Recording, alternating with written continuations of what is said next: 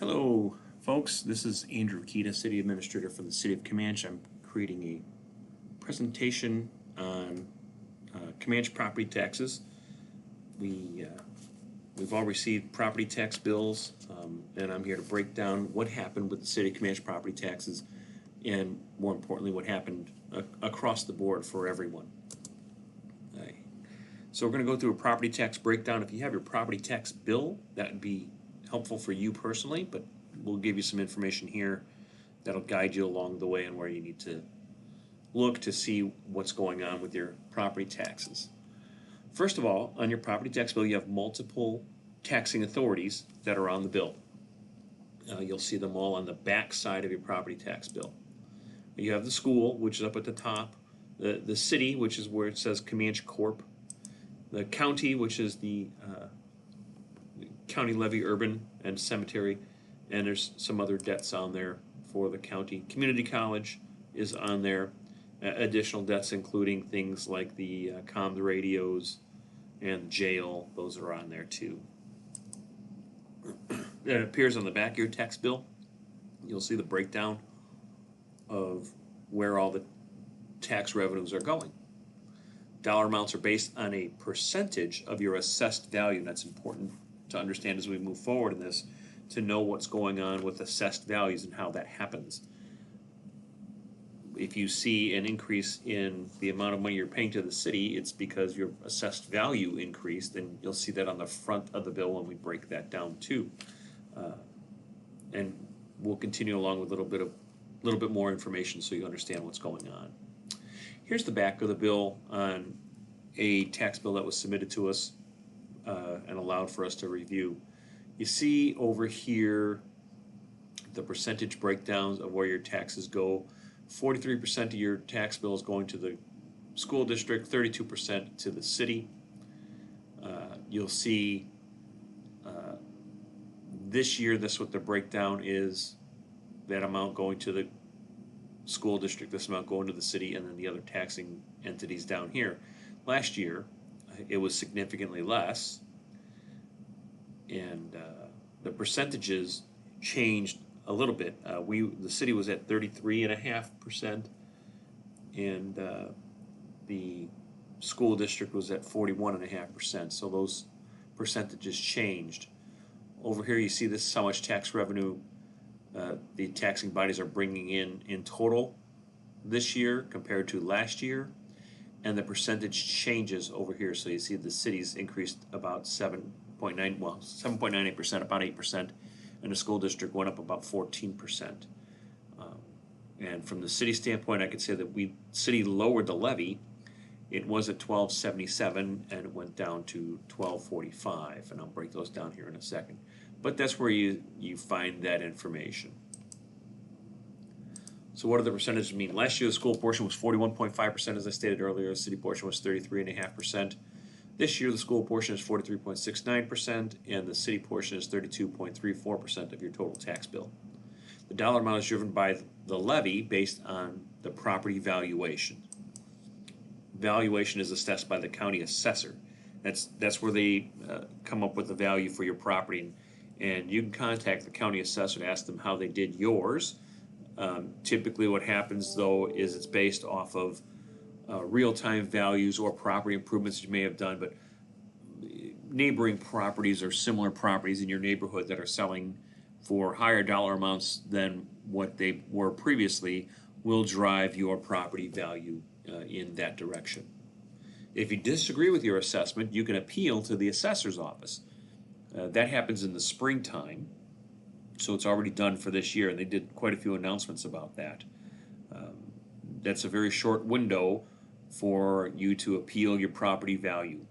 Yeah, but there is a process to do that, and I would encourage you, if you feel that your property is assessed too high, to contact the assessor's office and request that reassessment during that time frame.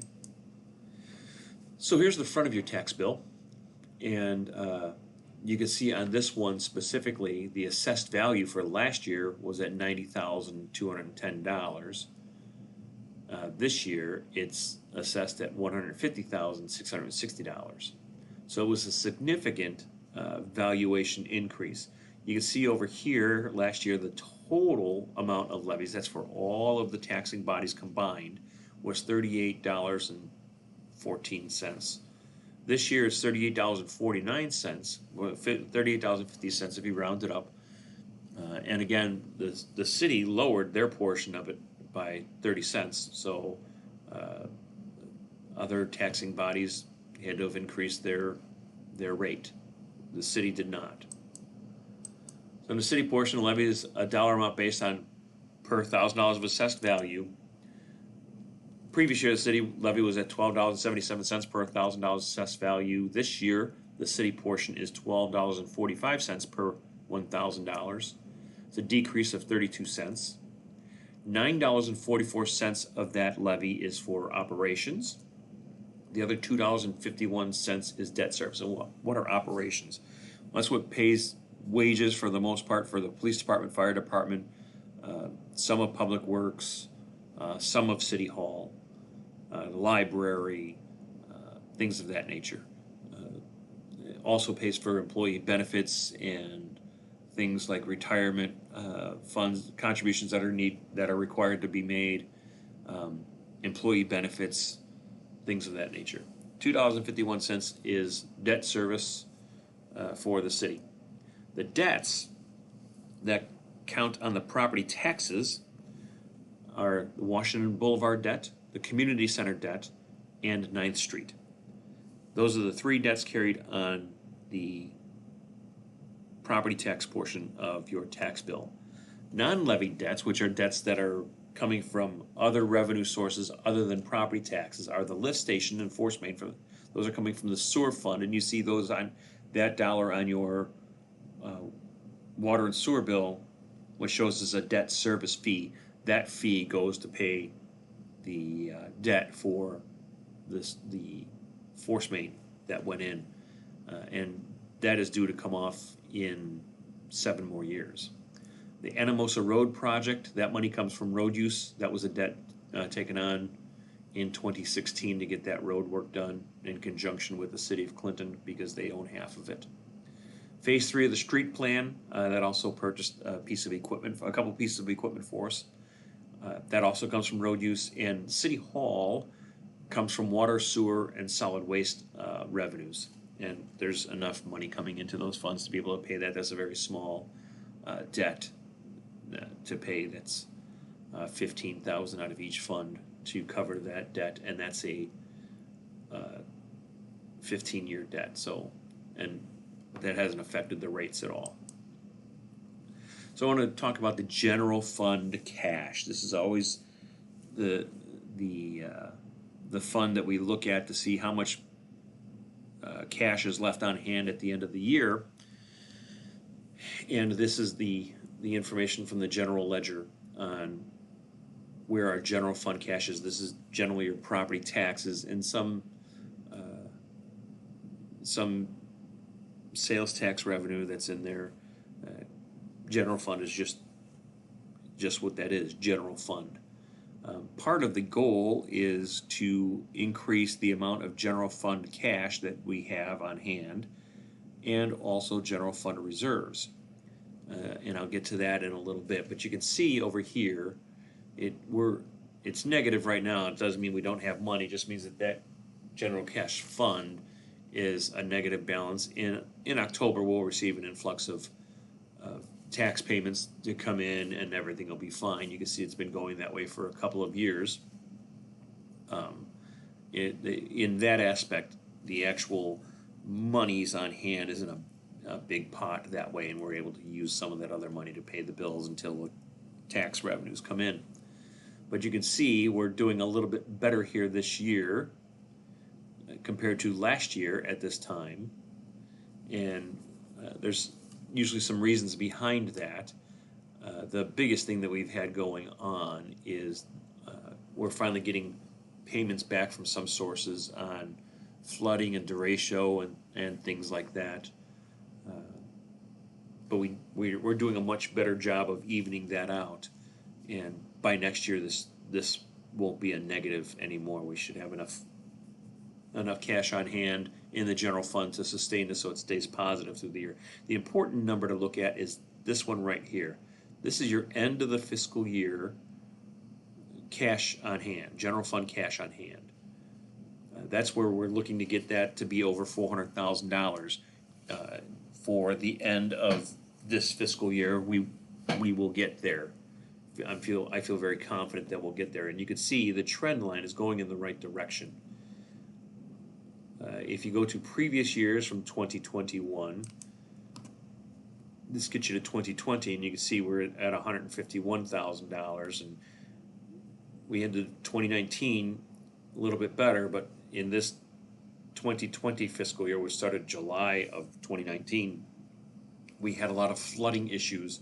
So you see a lot of negative balances there deep into the fiscal year. We had to shell out a lot of cash ahead of time with the flood, and we were reimbursed from FEMA and finally just recently from the State Department of Homeland Security for the state's portion of the flood damage.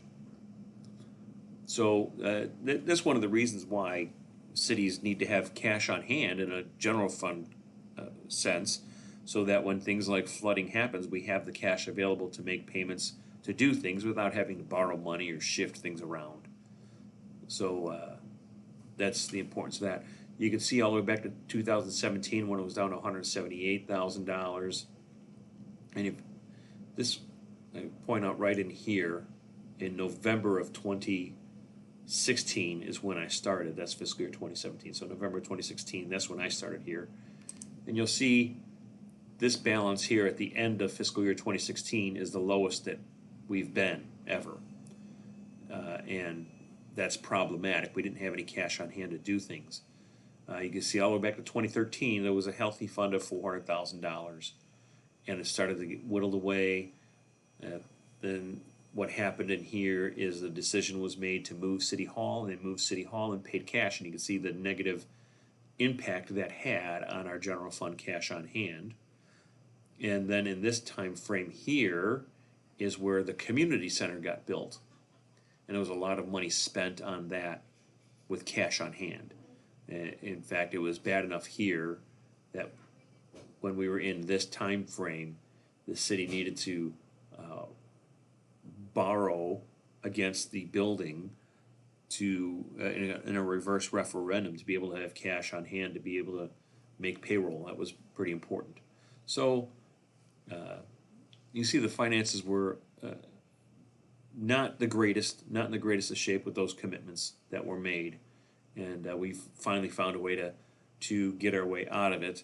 And now we're just working on establishing the finances so that we reach certain goals. Let's talk about the finances. We've now created a fund balance policy. City Council adopted that before this budget, so this budget reflects the actions of the fund balance policy. So the general fund cash needs to end a fiscal year at $400,000 by fiscal year 2025. That's the goal. I think we'll get there in fiscal year 2024, which is great. The general fund reserve also needs to be $400,000. We don't have one right now, so we'll be working towards that. That's set as a goal of 2026. Other funds that we've established in the fund balance policy: the water fund, sewer fund, solid waste. There's an insurance fund, a vacation sick pay buyback fund. We have obligations there for when certain employees retire that we have to buy back their sick pay. The road use fund, which is sales or fuel tax money that comes in from the state to us based on population and linear mileage of streets for that formula. So that's how determines how much money we get in road use funds. And you have the cemetery fund and a few other minor ones that aren't as impactful as these are. So we have a policy now to have minimum balances in a lot of these, and some of them aren't as important, like the solid waste fund. We want to maintain $15,000 in there at the end of the fiscal year. We don't have a whole lot of responsibilities and infrastructure necessary for solid waste, but we do for sewer, we do for water, we do have obligations for some of these other benefits for employees that we have to make sure we have cash on hand to be able to make those payments. all of these are on track. The general fund cash, I think, will be ahead of schedule, so that's important to know. Goals and challenges. Our goal will be, again, to lower the levy next year. That's important. I think in this year, we have these goals set, and we have a better understanding of what these property values really did, and we'll be able to do a much better job next year of lowering the levy even further, and hopefully bring down some of the taxes, at least the city portion. Again, we have no control over what the other taxing bodies are doing, so we have to do the best we can for our portion of the taxes, our responsibility, and as well to work on maintaining the finances of the city. We're looking to find other sources of revenue like increasing business growth for sales tax. There's also this opportunity for the proposed solar farm that creates an excise tax. Although we lose some of the agricultural property tax for those lands, that's really an insignificant amount of money to the city that it brings in on ag taxes. So this excise tax will go a long way towards building the general fund reserve and then utilizing those funds to alleviate further some of the future property taxes. We'll continue with the capital improvement plan. That's a challenge as well. Most of that plan is designed to bring on debts as old debts fall off. One of the ones being proposed here soon will be to expand the library in a time frame where the Washington Boulevard debt falls off, so you won't see a change to the debt levy. It'll just be the same dollar amount, and we also are going to try to get that done through a referendum vote without making a yo-yo happen where we cut the debt levy in half and then try and get half of it back the next year. There are legislature changes that are coming as well. The legislature has done what they're calling property tax reform, and what it does is brings back that percentage amount of the increase. So when we were at 7.98 under the next year's fiscal year budget, we would only see 4.98% of that. We wouldn't be able to go 7.98. It brings it back 3%. And there's other formulas involved. And it's going to be very challenging moving forward as we continue to have increased costs to the city for a lot of stuff, especially in fuel and health insurance premiums and workers' comp insurance. The cost of everything, as you are all experiencing, is going up significantly, and those are things that are out of our control. We also have to deal with the challenge of unknown property value changes. This is just very very difficult to get your finger on the pulse of what's going on. We keep seeing property values go up and up and up. And a lot of that is due to the fact that Camanche is a great community to live in, and there's high demand for the property. So some of these properties are selling for remarkable amounts of money, and benefits the person who's selling. It doesn't necessarily benefit the person who's been here for a long time. So that becomes a difficult juggling act to do, and sometimes crystal balling it doesn't really work out that well. You just never know what's going to happen. And the minute you think things can't go up any higher, they do. So that's an issue. And I'll say this too as a side note. When property values deflate, they usually take a lot longer for that to happen. When it does, though, it becomes problematic for taxing bodies to continue their operations when the property values go down, and you don't want to raise taxes, and that's one of the reasons why you have a general fund reserve and general fund cash, so that you can absorb some of those losses as they come along too. I want to clear up some misconceptions about your tax bill. Number one, again, the city isn't the only property tax collected. There are a lot of other ones, as we've already talked about. The roundabout is not funded with property tax dollars. So just because the roundabout is in and your property taxes went up doesn't mean your property taxes are paying for the roundabout. The roundabout was paid for with TSIP funding from the DOT, USTEP funding from the DOT. We had $100,000 from the Regional Planning Authority.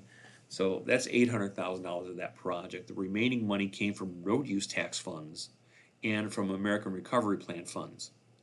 Though none of those were local property taxes. So I just want to put that out there. Roundabout was not paid for with property taxes. Your property taxes did not go up because we have the roundabout. City Hall remodel is funded with water, sewer, and solid waste funds. So that has nothing to do with your property taxes. And not all wages for employees come from property taxes. Some of the wages are paid out of the water fund, some of them come out of the sewer fund, some of them come out of the garbage fund, some of them come out of road use taxes. They come from a bunch of different places. Additional employees or increased wages don't always impact the property taxes. Those funds don't always come from property taxes. So, in closing, I want to talk about the letter that you received from Treasurer Johnson. In there, he notes that cities should have lowered their levy, and we were one of the ones who did. There were some cities who did not lower their levy. The city of Camanche did. Did we lower it enough? Maybe not. We could have taken a slower approach to that, but again, it's pretty tough to determine what that's going to do, what impact that's going to have, and how much of that revenue coming in is going to cover what we need to cover. That's a bit of a challenge. We'll work harder to continue to lower the levy, though, I can assure you of that. And property values are indeed out of control. And that's something that's totally out of our control. The city has no ability to do that, to do anything about it. And I think the important part of the property values is that Camanche continues to be a highly desirable place for people to want to live. And we continue to improve things in this city to greater encourage people to want to live here. And as that happens, the consequence is property values go up. So that will continue to happen, I think. Camanche's city tax levy is the lowest in the area, and that's true. As I stated earlier, $9.94 for operations, $12.45 with the debt service. When you combine those two together, the $12.45 is your tax levy. And here are the examples. City of Clinton is $13.80 for operations, $15.29 with their debt service. DeWitt is $11.69 for their operations, $14.26 with the debt service. Maquoketa is $14.05, $13.90 with the debt service. That's not correct. It's larger than that, but they don't have a whole lot of debt. I'm going to call it $14.90. That's probably just a typo. They don't carry a lot of debt there in Maquoketa. And LeClaire is $8.17 for their operations. Understand that LeClaire has a lot of sales tax revenue coming in that goes into their general fund, so they can keep their property taxes low that way. But they are $12.64 with their debt service. So in total, they're higher than us. So everybody in the area is higher than Camanche's tax levy rate. The closest we come to is LeClaire, and we're still lower than LeClaire's, but everybody else is significantly higher than Camanche's. Camanche ranks number 46 in the state for lowest city tax rates out of the top 150 cities in Iowa. And that information comes from the Iowans for Taxation Reform. That comes from their website. I know they don't include a lot of cities that they should, that would put us even closer to the top. Out of 150, I think when you get to the top 300 in the state, we are probably still in the same location of being number 46 to 50, somewhere in that range. I know a lot of my colleagues in other cities are talking about their $17 and $18 tax levies. And whenever I tell them ours is $12.45, they want to kick me out of their club. So just want you to be aware of that. We do have an extraordinarily low tax levy overall for the state. And a lot of the increased property taxes that you're paying is because of the increased property values. And we're going to try to work on coming up with the right balance to do that better.